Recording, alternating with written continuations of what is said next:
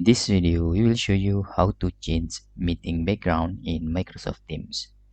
To change your background when you conduct a meeting, it's very easy. First, for example, in here, I will creating or conduct a meeting.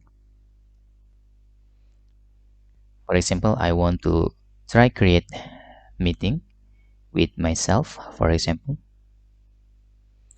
Before you starting, join now button or join the meeting.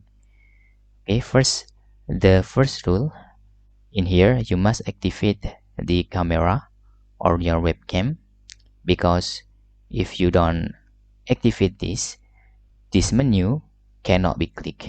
For example, you can see there the video effect is to enable video effect, turn on the camera.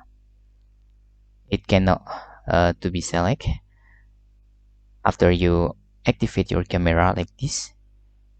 As you can see, there is more video effects. Select this, and for example, you can add new if you have your own background. For example, I will click add new.